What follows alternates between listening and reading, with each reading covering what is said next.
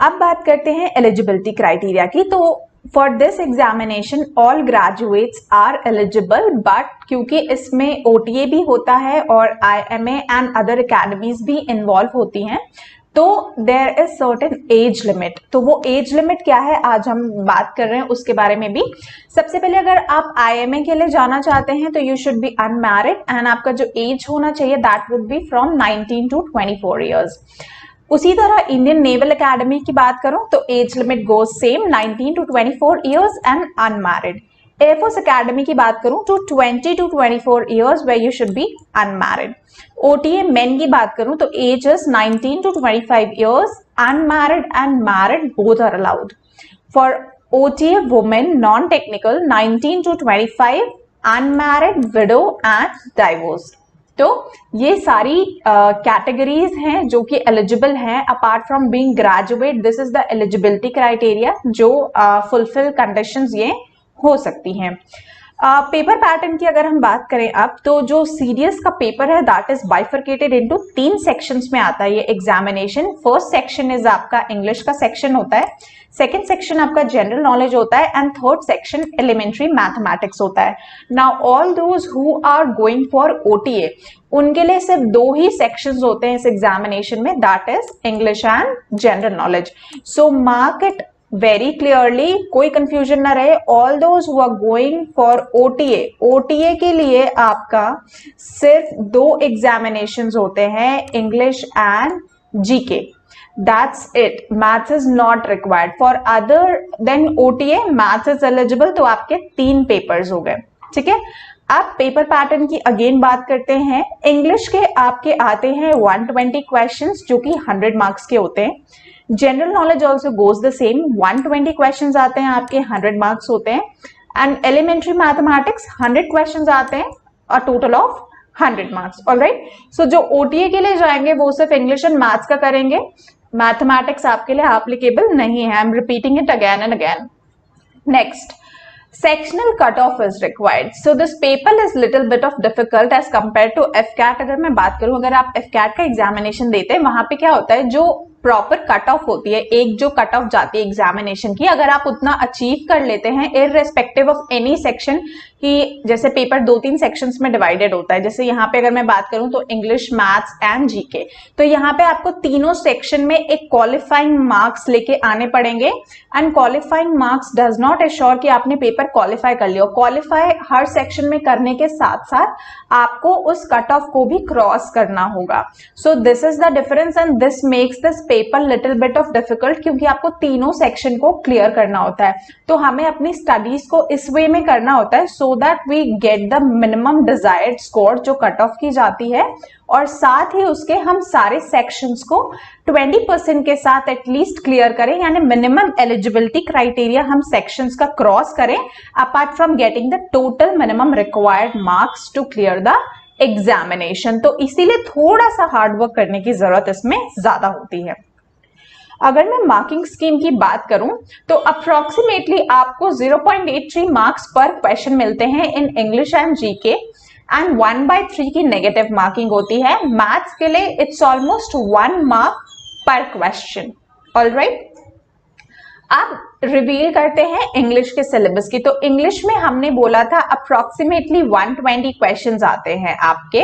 अब 120 क्वेश्चंस का डिवीजन क्या होता है, आपके सिनोनिम्स के 10 क्वेश्चन आते हैं, एंटोनिम्स के 10 क्वेश्चन आते हैं, रीडिंग कॉम्प्रिहेंशन के 2 क्वेश्चंस आते हैं, यानी 2 पैसेजेस होते हैं जिनमें 5-5 क्वेश्चंस होते हैं। तो टोटल आपके 10 क्वेश्चंस रीडिंग कॉम्प्रिहेंशन के हो गए। पैरा जंबल सेंटेंसेस यानी पैराग्राफ इन जंबल्ड फॉर्म आता है, उसके 10 क्वेश्चंस आते हैं। एरर स्पॉटिंग आपका 10 क्वेश्चन आता है। जंबल सेंटेंसेस को आपको सूटेबल सेंटेंसेस में अरेंज करना होता है, यानी मीनिंगफुल सेंटेंसेस में, उसके 10 क्वेश्चन आते हैं। इडियम एंड फ्रेजेस के 10 क्वेश्चन आते हैं। फिल इन द ब्लैंक्स के 10 क्वेश्चन, पार्ट्स ऑफ स्पीच के 10 क्वेश्चन, स्पेलिंग मिस्टेक्स के 10 question, sentence transformation 10 questions and direct speech के 10 क्वेश्चंस आते हैं। तो अपार्ट फ्रॉम दिस आपके सीरियस एग्जामिनेशन में कोई भी और सिलेबस इंग्लिश का नहीं आता।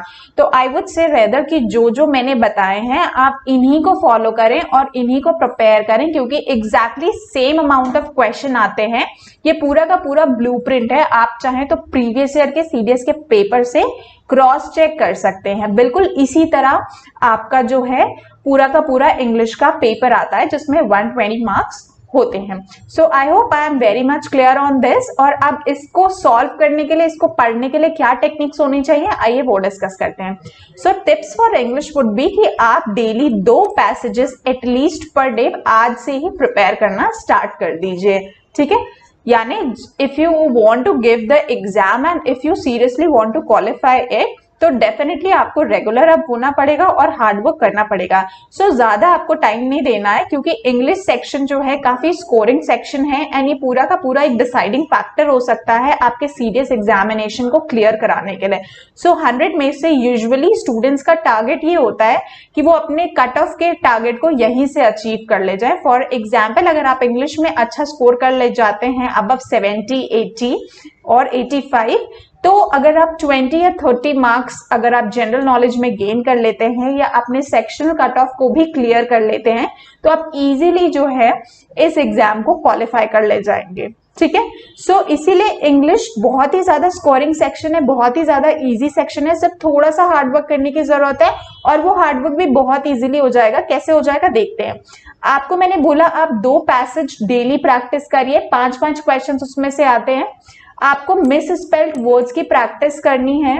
एंटोनिम्स एंड सिनोनिम्स अगर आप 20 डेली सॉल्व करें तो जब तक आपका एग्जामिनेशन आएगा that will be more than enough कि आप तब तक उतने ज्यादा एंटोनिम्स एंड सिनोनिम्स को कवर कर चुके होंगे। ऑर्डरिंग ऑफ सेंटेंसेस आप 10 डेली प्रैक्टिस करिए। पैराग्राफ करेक्शन का आप 5 डेली प्रैक्टिस करिए। Direct and direct speech 10 daily practice करिए, यानी 10 क्वेश्चंस जितने एग्जामिनेशन में आते हैं इन अ सिमिलर मैनर आप 10 क्वेश्चन प्रिपेयर करिए, 10 प्रैक्टिस करिए, उससे ज्यादा नहीं। ऑल्सो अगर किसी भी चीज में आपको डाउट है इंग्लिश के सेक्शन में, क्योंकि बहुत ज्यादा स्कोरिंग सेक्शन है, आप इसको लाइटली नहीं ले सकते। माय रिकमेंडेशन वुड बी कि आप अपने कॉन्सेप्ट्स को जल्दी से जल्दी क्लियर करें इंग्लिश में, और अगर किसी भी पार्ट में कोई भी डाउट है please rectify it as soon as possible. और जैसे मैं बार बार बोल रही हूँ, this is the most important thing I want to tell you कि it is most scoring section which can help you actually clear the exam. So इस पे आपको फोकस करने की बहुत ज्यादा जरूरत है। अगर आपने इंग्लिश को कंट्रोल कर लिया तो डेफिनेटली आप एग्जाम क्लियर कर लेंगे, क्योंकि एग्जाम क्लियर करने वाले 2 लोग होते हैं। 80% वो लोग होते हैं जिन्हें ये पता होता है कि we want to give this examination but उतनी ज्यादा हार्ड वर्क एंड एफर्ट नहीं करते। एंड 20% पीपल आर दोज जो पता होता है जिन्हें एग्जामिनेशन है और वो प्रिपेयर करने लगते हैं because they are serious for the examination. Now it is your criteria, it is your choice कि आपको किस कैटेगरी में आना है। Whether you want to become a person जो एग्जाम दे के आए एंड ही शुड और शी शुड बी अश्योर्ड कि यस मैं तो एग्जाम दे के आ गई and I am very much sure कि मेरा एग्जाम क्लियर होगा और अब मैं अपने SSBs के लिए प्रिपेयर करूंगी। Second category of people are दोस्त जो एग्जाम दे के आते हैं और वो डिलेमा में रह जाते हैं तो कि हमारा पता नहीं एग्जाम क्लियर होगा या नहीं होगा, एंड उस चक्कर में SSB भी प्रिपरेशन ठीक से नहीं करते। उनके SSB डेट्स अगर आ जाती हैं, अगर उनका लक अच्छा होता है, और फिर वही है कि यू बिकम अ रिपीटर। तो चॉइस आपके हाथ में है। If you are serious for the examination, if you are desirous for the uniform, my suggestion is start preparing, do not wait. Next, GK के सिलेबस की बात करूं तो जीके, क्योंकि this examination is conducted by UPSC and थोड़ा सा pattern इसका UPSC से मिलता है, so definitely yes you need to work hard. और जीके में सबसे पहले आपको करंट अफेयर्स क्लियर करना होगा, क्योंकि यहाँ पे कोई सेग्रीगेशन नहीं होता, कोई बाइफिकेशन इस सेक्शन में नहीं होता। किसी भी सेक्शन से कितना भी वेटेज एट टाइम्स आ सकता है, बट यूजुअली क्या होता है, अक्सर देखा गया है कि सीडीएस में करंट अफेयर्स काफी ज्यादा मैटर करता है। करंट अफेयर्स में भी डिफेंस रिलेटेड सबसे पहले अगर कोई न्यूज आती है तो you cover that, then sports related अगर कोई करंट अफेयर्स है, फिर इकोनॉमी आता है, फिर आपके इंटरनेशनल नेशनल्स आते हैं, ठीक है। तो अगर इनसे रिलेटेड जो भी करंट अफेयर्स हैं, आप सबसे पहले अपने करंट अफेयर्स को प्रिपेयर करें पास्ट 6 मंथ्स मिनिमम, और अगर आपके पास टाइम हो तो आप उससे 1 और 2 मंथ्स आगे बढ़ सकते हैं, ठीक है। तो इस तरह से आपको अपने करंट अफेयर्स को करना है। उसके बाद आता है आपका स्टैटिक जीके का section. Static GK is very common और इससे भी कम से कम 2 से 3 क्वेश्चंस पूछ लिए जाते हैं एग्जामिनेशन में। स्टैटिक जीके में क्या आता है आपका, जैसे कोई डे या थीम उससे पूछ लिया, किसी पर्टिकुलर डेट पे कौन सा डे सेलिब्रेट होता है पूछ लिया, आपके wild life sanctuaries, national parks, bird sanctuaries, ठीक है, या फर्स्ट मैन फर्स्ट वुमेन, इस तरह से क्वेश्चंस आपसे पूछ ले जाते हैं। हेरिटेज साइट से क्वेश्चंस आ जाते हैं इस एग्जामिनेशन में। तो ऐसे जो स्टैटिक जीके के सेक्शंस है वो ये इंपॉर्टेंट कुछ चीजें मैंने डिस्क्लोज की हैं। इसके अलावा और भी बहुत सारी चीजें हैं। So if you want to prepare GK syllabus, तो my notes are always there. आप www.governmenttrackers.com पे विजिट कर सकते हैं। वहां पे मेरे नोट्स का प्रॉपर कंपाइलेशन है, जहां पे you'll be getting 250 plus PDFs and बहुत ही nominal rate पे the course is going on. You just visit. If you feel like having the material of the worth rate, then you can buy it. Miscellaneous में फिर आपका general studies आता है। इसमें होता क्या है आपका कि जैसे आपका जनरल केमिस्ट्री, फिजिक्स, बायो आता है और उसमें भी स्पेसिफिक आपको पूरा का पूरा नहीं पढ़ना होता है। उसमें जैसे लॉ रिलेटेड क्वेश्चंस आ जाते हैं, जैसे केमिस्ट्री में कोई लॉ हो गया, या किसी फिजिक्स में आप देखिए किसी इंस्ट्रूमेंट के वर्किंग का प्रिंसिपल पूछ लिया जाता है, या उससे बेस्ड कॉन्सेप्ट कोई पूछ लिया जाता है। तो इस तरह के क्वेश्चंस आपके पुटअप किए जाते हैं। हिस्ट्री की अगर मैं बात करूं तो हिस्ट्री में आपको वैदिक हिस्ट्री का थोड़ा सा देखना पड़ेगा। एटलीस्ट ये इंपॉर्टेंट सेक्शंस हैं जिन्हें आप छोड़ नहीं सकते, क्योंकि सीडीएस में क्या होता है, वैदिक हिस्ट्री बहुत पूछी जाती है। मॉडर्न हिस्ट्री आपको पूरा कवर करना होगा। इंडस वैली सिविलाइजेशन से लेके और सिविलाइजेशन से लेके बहुत सारे क्वेश्चंस पूछे जाते हैं। एंड ऑल दोज एम्पायर्स जो भी अभी इंडिया में स्टैब्लिश हुए हैं, आपको उनसे रिलेटेड पूछना है। स्पेशली दिल्ली सल्तनत की अगर मैं बात करूं तो बहुत क्वेश्चंस, और हर बार एग्जाम में एक ना एक क्वेश्चन दिल्ली सल्तनत का आता ही आता है। उसके बाद ज्योग्राफी में अगर मैं बात करूं तो ज्योग्राफी में आपका जो है इंडिया के जो भी फिजिकल डोमेन है, फिजिकल ज्योग्राफी है, उससे आपको अवेयर होना चाहिए। चाहे वो रिवर्स हो गए, ड्रेनेज सिस्टम हो गया, चाहे वो हमारा वेजिटेशन पैटर्न हो गया, माउंटेन्स हो गए, ठीक है, कौन से माउंटेन्स कहाँ प्लेस्ड हैं, उनके ओल्डर नेम, उनके fresher name, western Ghats, eastern Ghats, ठीक है। तो इस तरह के क्वेश्चंस बहुत पूछे जाते हैं। और अगर कहीं पे कोई प्रीवियस ओल्डर नेम हो तो यूजुअली उस रेफरेंस में क्वेश्चन, जैसे दिल्ली को पहले इंद्रप्रस्थ के नाम से जाना जाता था, तो वो ओल्डर नेम पे ज्यादा फोकस करेंगे, आपको करंट नेम नहीं बताएंगे।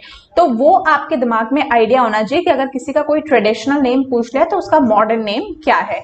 उसके बाद पॉलिटी एक इम्पॉर्टेंट पार्ट है आपके इस सीडीएस के एग्जामिनेशन में। पॉलिटी में आपको at least Indian constitution, fundamental duties, fundamental rights, और जो बेसिक जो हमारा हायरार्की है सिस्टम का, प्रेसिडेंट, उसके पावर्स, आपका पार्लियामेंट, उसके पावर्स, एमपी के पावर्स, राज्यसभा के पावर्स, ठीक है, लोकसभा के पावर्स हो गए आपके, जुडिशरी सिस्टम के बारे में जानना, जुडिशरी सिस्टम के पावर्स। तो ये जो बेसिक कॉन्सेप्ट्स हैं पॉलिटी में, ये आपके कवर होने बहुत ज्यादा जरूरी है कि वो सिस्टम, हायरार्की क्या है इंडियन सिस्टम की, एंड उनसे रिलेटेड पार्ट्स के बारे में, उनसे रिलेटेड किसी पर्टिकुलर एरा में कोई स्पेसिफिक चीज हुई है, कोई प्राइम मिनिस्टर के टाइम पे या किसी प्रेसिडेंट के टाइम पे कोई स्पेसिफिक थिंग अकर करी है, कोई स्पेसिफिक पीरियड रहा है जो काफी हाईलाइट होते चले आ रहा है हिस्ट्री में, तो वो उस तरह से आपको चूज करना है। थोड़ा सा स्मार्ट वे में अगर आप प्रिपेयर करेंगे तो GK is not really difficult for this exam.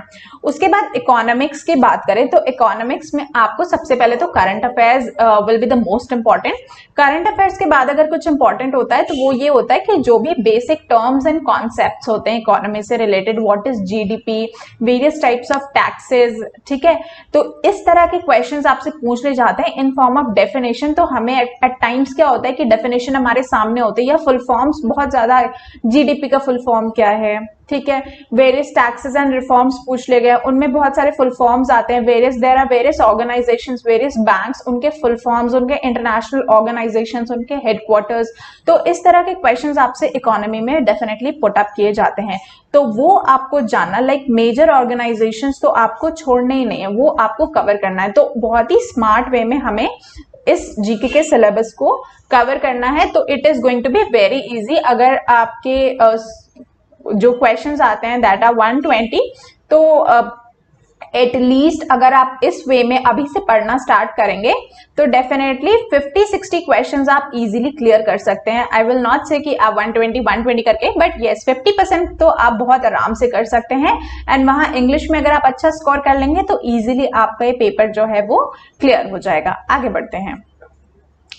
GK section के लिए जो मेरे टिप्स रहेंगे वो ये रहेंगे कि एटलीस्ट आप जो न्यूज़पेपर है उसे 6 मंथ्स बिफोर से एवरीडे का न्यूज़पेपर देखें, जिसमें से आपको पॉजिटिव न्यूज कलेक्ट करनी है। ठीक है, न्यूज में भी do not focus on political news, positive news collect करनी है related to defence, related to economy, related to Indian geography, ठीक है, और समथिंग नेशनल और इंटरनेशनल जिसने वास्ट पॉपुलेशन या सोसाइटी में एक ड्रास्टिक चेंज करा है। तो हमें इस तरह की न्यूज पे फोकस करना है।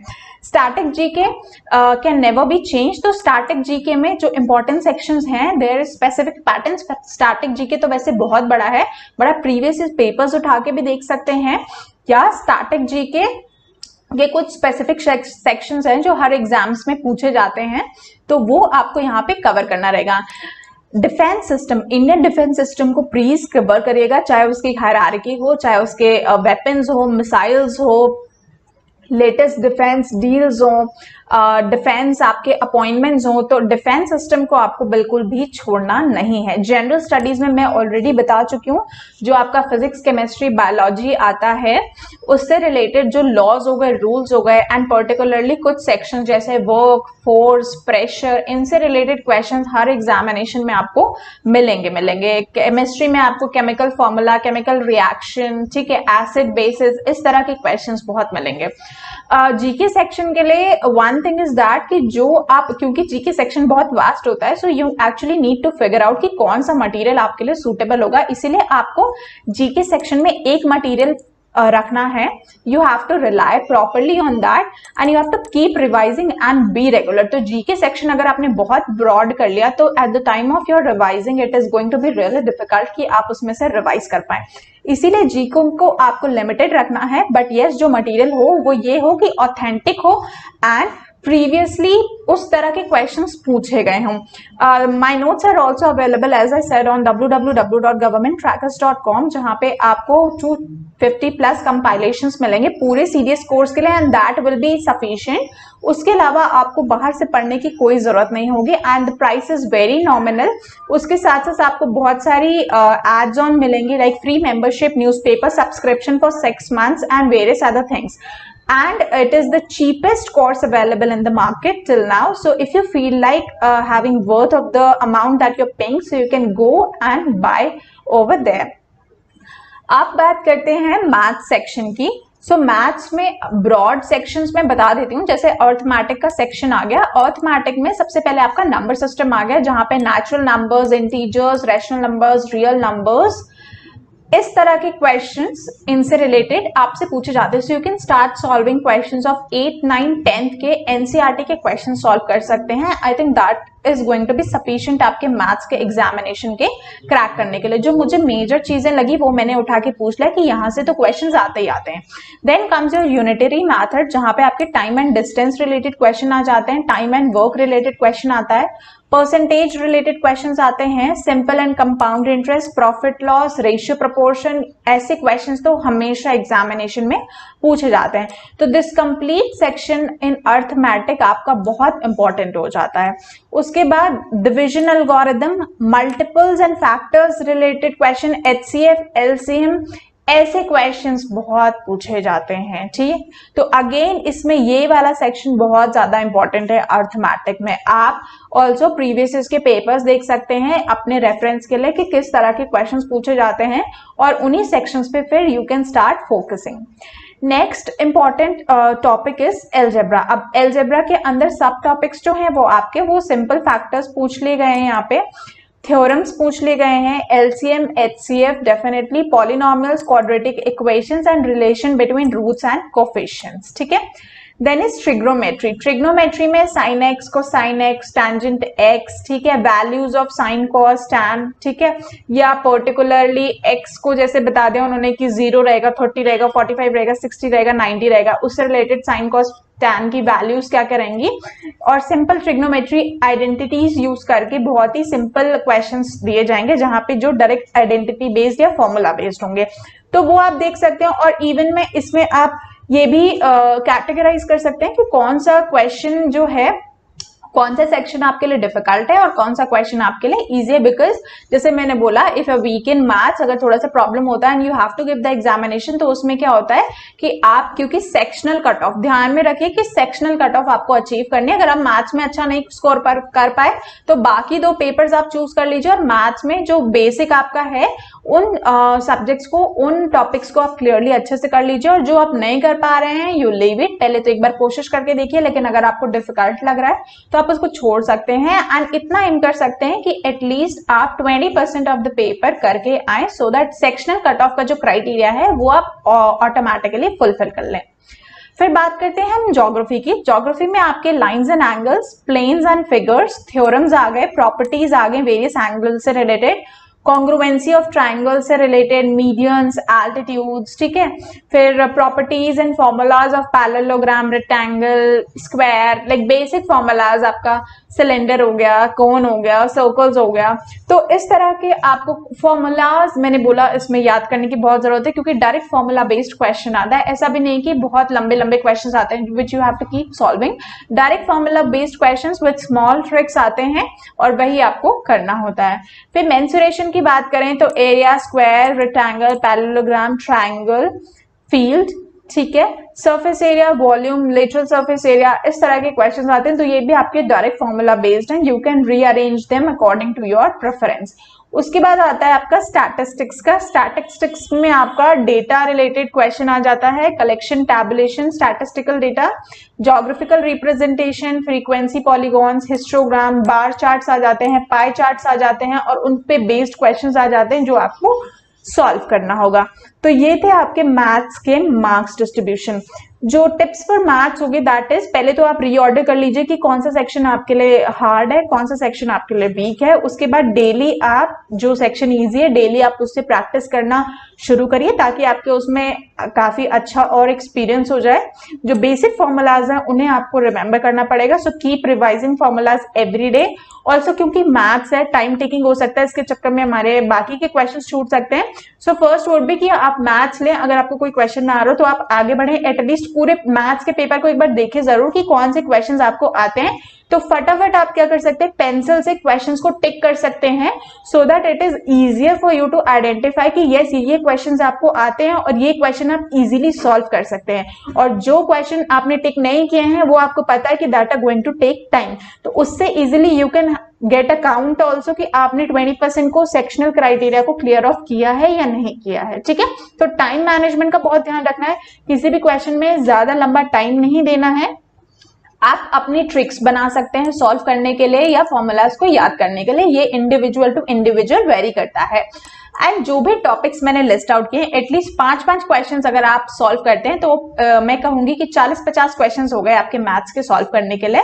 तो आप डेली अगर इतना सॉल्व करेंगे तो नवंबर तक definitely you are going to clear lot and you are going to cover lot many portions, and उसके बाद कोई डाउट नहीं रह जाएगा कि आप इस सेक्शन में भी मास्टर बन जाएंगे, ठीक है। अब tips for the complete series paper ये रहेंगी कि सबसे पहले you need to understand the paper very carefully. Pattern मैंने आपको पूरा का पूरा बता दिया, you can go it through again once again, ठीक है, go through it in detail once again. Previous paper को अपने सामने रखिए, इस ब्लूप्रिंट के साथ आप मैच करिए और उसके बाद सेल्फ एनालिसिस करिए कि यस इज इट देयर और नॉट।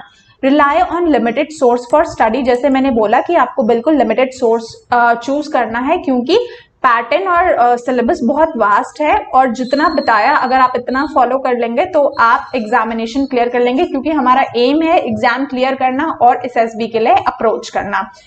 जब भी आप पढ़ रहे हो स्पेसिफिक रहिए बिल्कुल स्टडी के लिए, क्योंकि जैसे मैंने बोला paper is little bit of difficult and ये स्मार्ट स्टडी ही इसमें काम करेगी। अगर आप आज से सारा सिलेबस लेके बैठते हैं तो you can not actually cover the complete syllabus also, और फिर आप एग्जामिनेशन जाके देंगे तो वहां पे कोई फायदा नहीं होगा।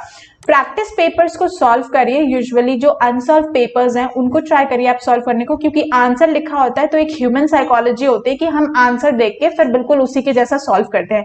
तो पहले क्या करिए कि आप कुछ पेपर्स अनसॉल्व प्रैक्टिस करिए, उससे क्या होगा कि आपको पता चलेगा जब आंसर्स नहीं होंगे उस पेपर में तो आपको पता चलेगा कि आपको सॉल्व करना और यहाँ पे आपको प्रॉब्लम आ रही है, ठीक है। तो ऑटोमेटिकली चीजें आपके सामने होंगी। तो रेदर देन पहले सॉल्व उठाने के पहले आप अनसॉल्व पेपर से प्रैक्टिस करना स्टार्ट करिए। सॉल्व पेपर के लिए अभी हमारे पास काफी टाइम है।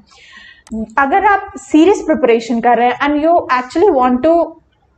Are actually desirous for the uniform, तो मैं कहूंगी रेगुलर रहिए अपने स्टडीज में। Every day you need to study, every day you need to revise, ठीक है।